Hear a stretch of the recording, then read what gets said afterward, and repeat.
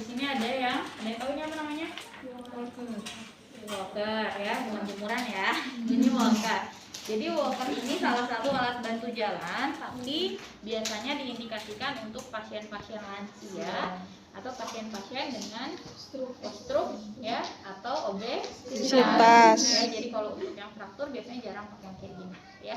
Nah, walker ini sebetulnya nanti cara berjalannya bukan hanya diangkat saja, tapi dia bisa digeser. Ya, jadi dia bisa bergeser ke kanan dan ke kiri ya. Nah, walker ini sebenarnya ada dua jenis. Ada yang bawahnya ada rodanya, tapi sekarang udah jarang ya yang roda karena beresiko. Ya, kalau misalnya jalanan ya, dia bisa beresiko jatuh ya, sehingga pakainya yang kayak gini yang bawahnya roda. Jadi cara penggunaannya ya, kalau misalnya dulu mungkin jenis walkernya belum yang bisa kanan kiri ya. Jadi cara penggunaannya masih diangkat gitu ya. Tapi sekarang bisa sangat membantu, tidak perlu diangkat, jadi hanya geser. Nah, atau misalnya mau bareng misalnya kaki kiri sama tangannya terus maju sebelahnya ya. Jadi ini menyesuaikan biasanya karena pasien-pasien lansia biasanya ada masalah di keseimbangan ya. Pasien stroke juga sama, ada masalah keseimbangan, tapi lebih parah yang stroke biasanya keseimbangan. Kalau lansia biasanya hanya butuh pegangan doang gitu ya, biar dia nggak runtuh, nggak jatuh ke bawah. Oke ya. Nah, terus yang kedua di sini, ada yang tahu ini apa namanya?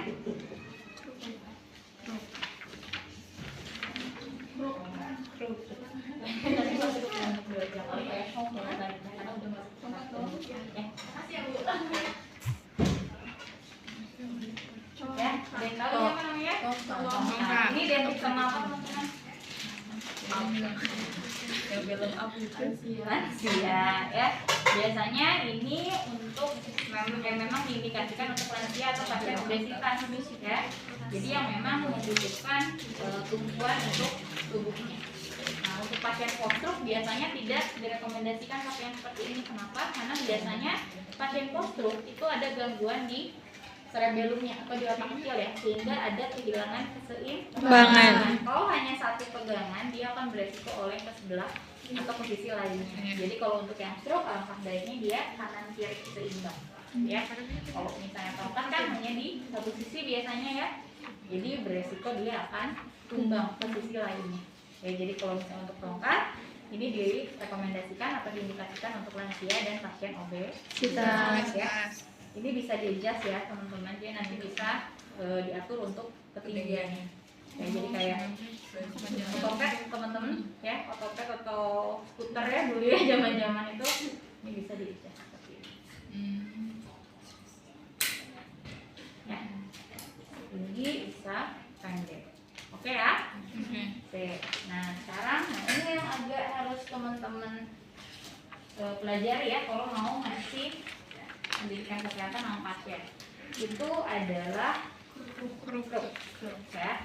Jadi kruk ini adalah alat bantu jalan yang biasanya diindikasikan pada pasien-pasien post-fraktur ya. Jadi kalau misalnya pasien-pasien post-fraktur itu patah tulang udah masuk nggak tadi fraktur? Udah ya. Itu biasanya kita gunakan kruk ini ya. Nah, ini kruk juga sama, dia bisa diukur ketinggiannya, jadi menyesuaikan dengan tinggi pasien. Ya, sekarang kalau misalnya Bu, untuk tahu ukurannya kayak gimana? Jadi kalau kruk itu alangkah baiknya posisinya enggak sejajar atau enggak nempel ke aksila. Kalau nempel ke aksila, dia akan beresiko cedera di area trapeziusnya ya atau bahunya atau dislokasi mungkin ya. Jadi cara mengukur kruk pada pasien itu bisa sambil pasiennya tidur atau berdiri ya. Yang pertama, pastikan ujung kruk itu sejajar dengan tumit pasien.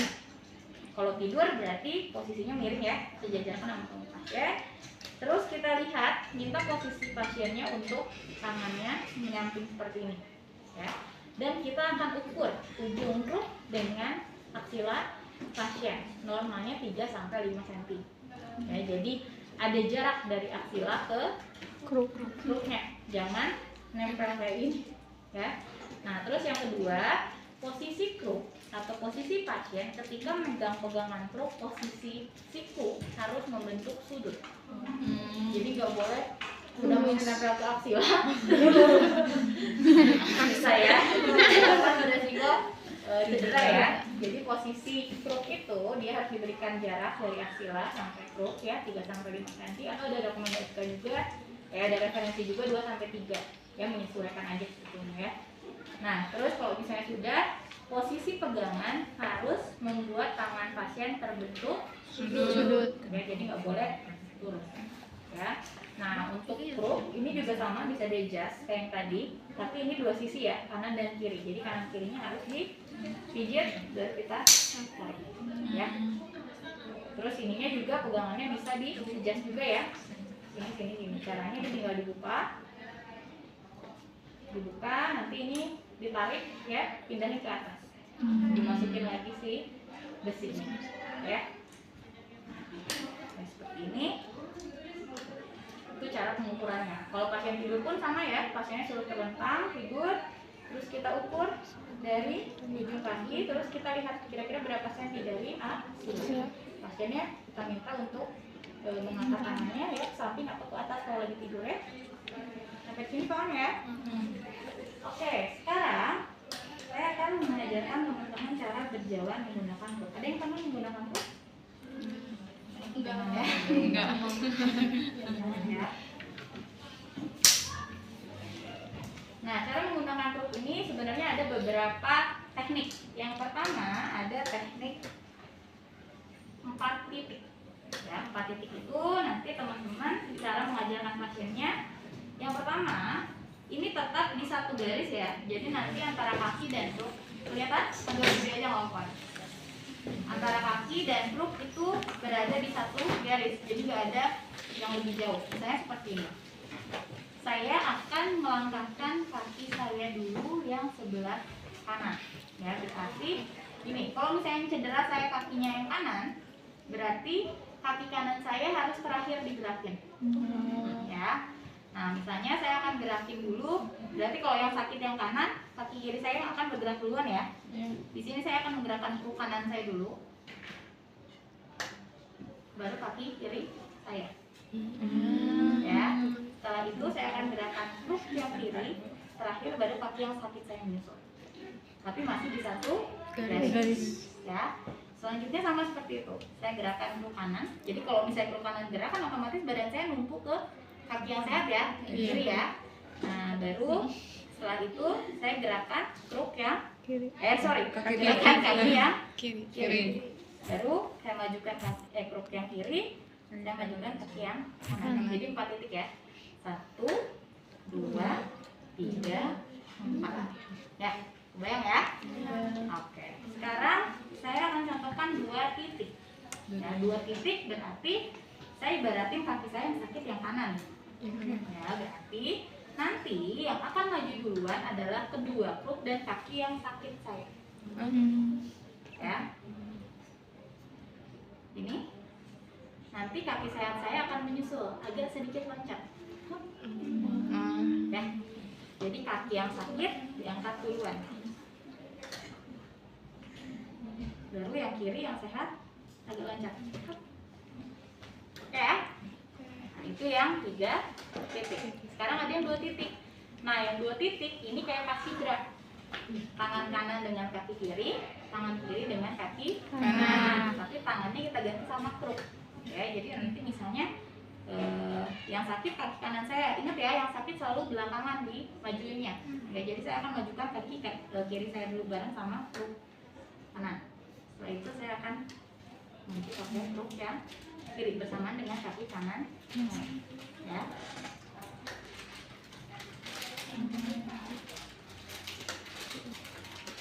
Tapi ini tetap startnya finishnya di sejajar ya, jadi jangan. Jadi pelan-pelan aja. Ya. Jadi nanti kalau misalnya ke pasien, kalau misalnya kita nanti teman-teman nyoba ya, teman-teman nyoba mungkin kalau nggak sakit itu agak bingung. Ini gimana sih gitu ya. Tapi kalau misalnya kakinya sakit, itu pasti akan sedikit kebayang gimana sih gitu ya.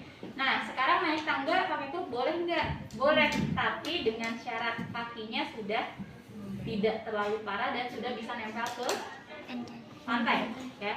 Kalau naik tangga dan turun tangga kita pakainya 3 titik. Masih ingat 3 titik yang gimana? Yang kruk yang Nah, jadi saya turun nih, saya mau turun. Berarti yang turun duluan adalah 2 kruk saya dengan kaki yang sakit. Nanti kaki saya yang di belakang itu ngikutin bawah. Ya, tapi tadi saya bilang, jadi kalau mau naik turun tangga, pasien yang pakai kruk itu nggak boleh yang sakit atau yang ininya nggak bisa napak sama sekali. Jadi setidaknya dia sudah mulai bisa napak, walaupun nggak full ya, nah, tetap dibantu sama kruk. Jadi naik tangganya, usahanya udah pakai usaha sendiri, kruk hanya membantu, tidak sepenuhnya oleh kruk. Ya, oke. Sekarang mau duduk, gimana? Kalau misalnya mau duduk, kalau mau duduk, nah pasien berarti harus memastikan sudah duduk di belakang kursi, di belakang kursi, di depan kursi, ya. Nah ini nggak boleh ada yang iseng ya, kursinya dipundurin, ya. Jadi posisinya ketika kita mau duduk pastikan kaki kita nempel ke kursi. Jangan terlalu jauh, kursi di mana ini mau duduk, jauh, ya. Jadi kita nempelin dulu kakinya ke kursi. Nah misalnya kaki saya yang sakit yang sebelah kanan, berarti kalau kaki saya sebelah kanan yang sakit, saya akan pindahkan kruk saya ke sebelah kiri. Ya, jadi kruk itu selalu disimpan di seberang kaki yang sakit. Ya, kalau misalnya sudah dipindah, kita pindahin tangannya ke bagian pegangan bawah. Ya, kalau kursinya ada pegangan, kita pegang kursi, baru kita duduk. Kalau nggak ada pegangan, berarti kita pegang dulu ke sini bagian bawah, baru kita duduk. Ya, jadi yang full nahan itu kaki kiri dan kruk, kaki kanannya kita kembangin aja. Ya. Nah, sekarang mau berdiri kayak gimana? Berdiri juga sama. Misalnya di sini ada kruk, di sini ada pegangan, misalnya ya kursinya ada pegangan, berarti kita megang kursi. Setelah itu baru kita pindahkan kruk ke sebelah. Oke. Bayang ya. Oke. Nah, sekarang kalau misalnya kruknya satu gimana, Bu? Oke, kruknya satu ada ya pasien yang hanya direkomendasikan menggunakan satu kruk. Biasanya pasien apa?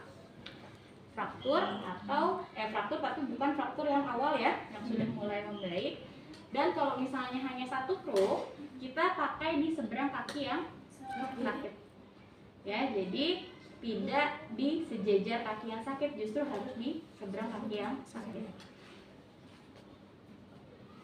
Ya, jadi kaki yang kanan ini sebenarnya udah agak napak, jadi nggak loncat banget ya, jadi udah agak napak, tapi dia hanya membantu saja. Oke, kebayang ya? Iya. Oke, ini kebetulan saya ngelihat ini tuh pas operasi. kemarin ketabrak, Bu. Astagfirullahaladzim, masih sakit nggak? Nah, coba pakai keruk. Biar kebayang ya. Tapi kalau lagi sakit banget jangan deh di sini ya. Kenapa kecelakaan bisa? Mau berangkat ke kampus. Itu di happening? Dijahit nggak? Ya. Dijahit? Dijahit, Bu, yang ini yang di apa di lutut. Astagfirullah. Tunggal kecelakaannya? Jatuh atau Ketabrak sama motor juga? Iya. Terus mau ke kampus kemarin deh. Ya Allah. Daerah mana? Di sini ya? Tanah atas. Di awalnya banyak kejadian sama tante sama ini. Ada ya naik motor ya. Tapi kadang kita hati-hati orangnya nggak ada. Ya nggak hati-hati. Jadi bismillah aja ya. Oke, sampai di sini ada yang mau tanyakan dulu? Cukup? Oke, stop. Sekarang mau nggak mau dicoba? Ada yang mau perawatan dulu?